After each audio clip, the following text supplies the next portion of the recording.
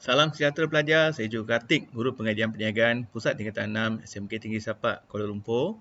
Hari ini cikgu nak bincang bahagian yang ke-9 dalam sumber manusia, iaitu tajuk penting dalam pengajian perniagaan STPM semester 1 ya, penggal 1. Okey, so dalam tajuk ni kita akan bincang tentang pampasan, compensation. Okey, so kita akan bincang apakah maksud pampasan, tujuan dan kepentingan. Kita akan bincang apakah ganjaran, iaitu gaji, upah, allowance. Ini adalah fakta khusus. Okey. Faedah berbentuk wang dan bukan wang, contohnya insurans pekerjaan, caruman KWSP, kemudahan kesihatan, ini fakta khusus ya. Dan bahagian terakhir, apakah penentu pampasan. Jadi ada 4 bahagian yang kita akan belajar hari ini ya.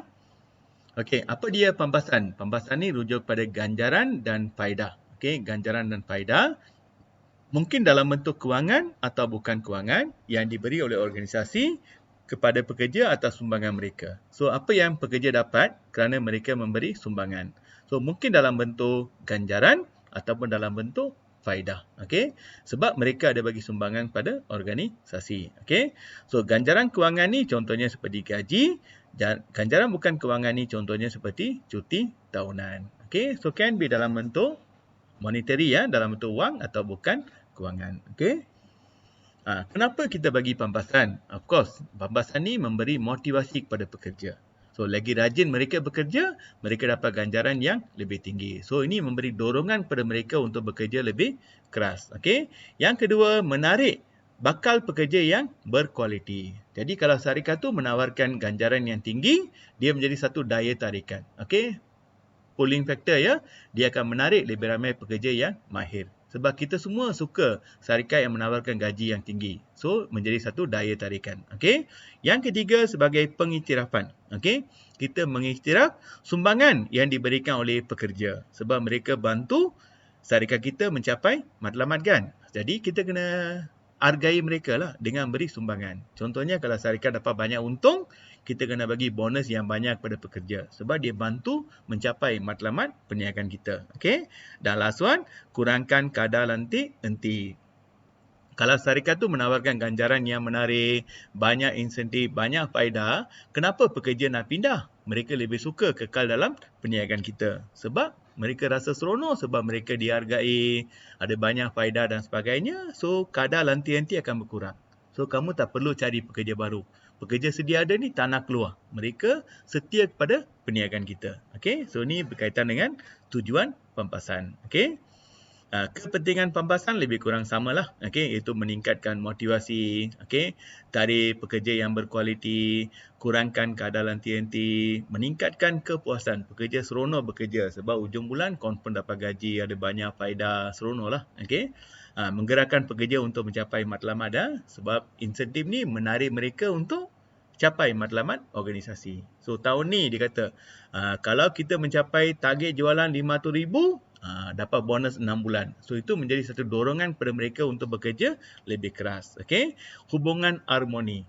Ganjaran okey, faedah okey, tak ada alasan untuk komplain kan? Jadi, wujud situasi yang normal, harmoni dalam organisasi. Semua orang faham, gembira dan sebagainya. Okey? Okey. Apa dia ganjaran? Ganjaran ni rujuk pada bayaran berbentuk kewangan. Ingat keyword dia bayaran kewangan. Okey. So dia ada 3, gaji, upah dan allowance. Okey, gaji maksudnya bayaran asas yang diterima oleh pekerja berdasarkan tempoh yang ditetapkan. Biasa gaji ni dibayar sebulan sekali atau seminggu sekali ya. So gaji ni mengikut tempoh. Biasanya sebulan lah. Okey. Upah ni bergantung pada tugas. Upah bergantung pada tugas yang diselesaikan. Contohnya upah membaiki pipe. Kamu panggil seorang tukang pipe, okey, repair pipe ni kamu bayar dia RM100. Itu upah, okey. Pendawai elektrik kan, tukang wiring ni datang tukar switch, jadi bayar dia RM30. Itu dipanggil upah, bukan gaji ya, okey. Upah ni untuk tugas yang kita selesaikan. Okey, upah mungkin dibayar ikut jumlah output, minggu, jam, hari dan sebagainya, okey. Allowance ni merupakan bayaran tambahan. Okey, dia tak sama dengan gaji dengan upah. Yang ni bayaran tambahan. Contohnya KOLA. KOLA ni cost of living allowance. Okey, KOLA ni biasa dibayar untuk mereka yang tinggal di kawasan yang kos sara hidup yang tinggi. Contohnya KL ni kos sara hidup lebih tinggi berbanding dengan Kuantan atau Kota Baru. Jadi pekerja di Kuala Lumpur, mereka dibayar COLA, Cost of Living Allowance. Okey. Overtime, allowance kerja lebih masa, allowance perumahan, allowance perjalanan, semua ni dipanggil allowance. Bonus tahunan. Bonus tahunan ni bayaran tahunan dibayar pada akhir tahun. Dan jumlah bonus ni berdasarkan prestasi pekerja. Okey, bonus ni banyak bergantung pada prestasi pekerja. Okey, dan juga prestasi syarikat. Kalau syarikat dapat banyak untung, kamu dapat bonus yang banyaklah. Okey. Komisen jualan biasa dibayar kepada jurujual ataupun eksekutif jualan. Dia bergantung pada nilai jualan. Okey. So lagi banyak dia jual, lagi banyaklah komisen yang dia terima. Okey. So ini untuk mereka yang terlibat dalam aktiviti jualan. Okey. Profit sharing, perkongsian keuntungan ni biasanya untuk pihak pengurusan atasan. So syarikat akan kongsi untung dengan top management. Contohnya ketua pegawai eksekutif, pengurus besar ni mereka akan dapat peratusan tertentu daripada keuntungan syarikat. Ini bukan untuk pekerja bawaan, lebih kepada pengurusan atasan. Okey.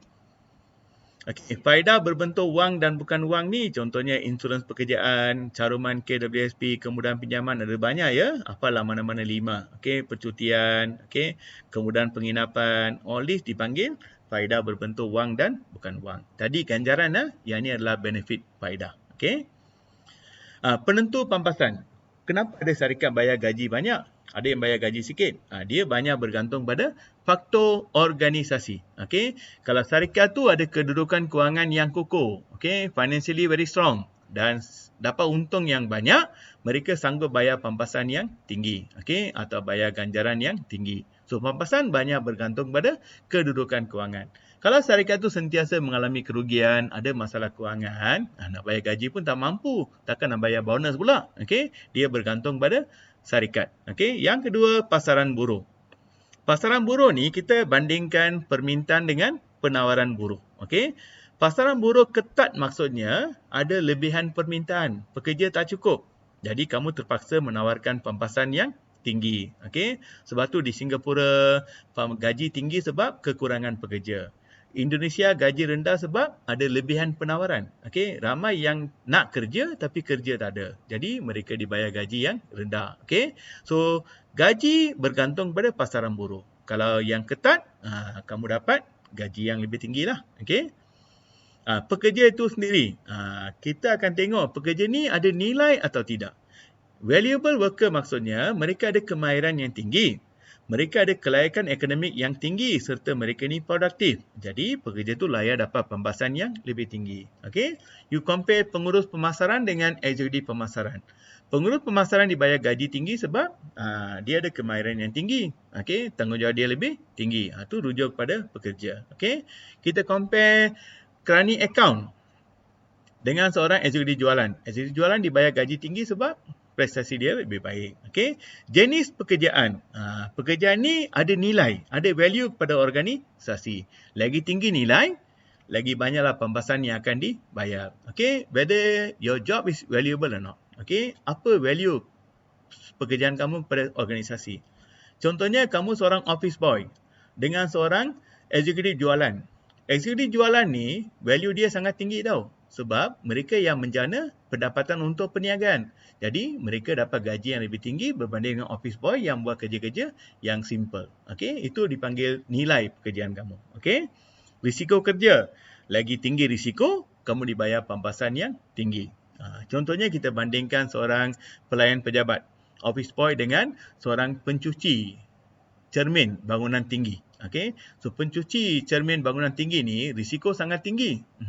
Walaupun mungkin mereka tak ada kelayakan berbanding dengan seorang kerani. Okey, gaji tinggi sebab mereka menanggung risiko yang tinggi. Itu dipanggil risiko kerja. Okey, you compare seorang pengurus pemasaran dengan seorang juruterbang, pilot. Pilot dia menanggung risiko yang tinggi. Jadi mereka dibayar gaji yang lebih tinggi. Itu dipanggil risiko kerja. Okey.